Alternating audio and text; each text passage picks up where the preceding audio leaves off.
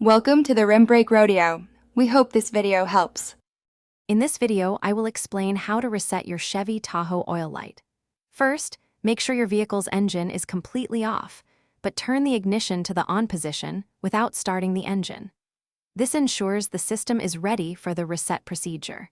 You'll also want to confirm that your oil change service has been performed, as resetting the light without fresh oil can lead to engine issues. We'll guide you through each simple step to get that light off. Now, let's navigate your Driver Information Center, or DIC. Look for the Information button, usually found on your dashboard or steering wheel. Press this button repeatedly to cycle through the various display options until you see the Oil Life message. This message will show you the current percentage of your oil's remaining life, which is typically 0% when the light is on. This is a crucial step before the actual reset. With the Oil Life message visible, it's time for the reset. Locate and press the Enter button, which is often integrated with the information controls.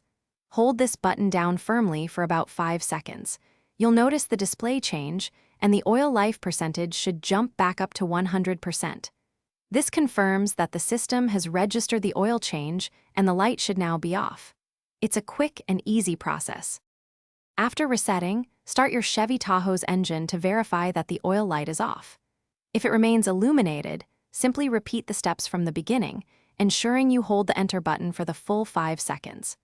Remember, consistent maintenance, including timely oil changes and checking fluid levels, is vital for your vehicle's longevity. This simple reset ensures your Tahoe's system accurately reflects its maintenance status. Thanks for watching. Consider subscribing if we helped you.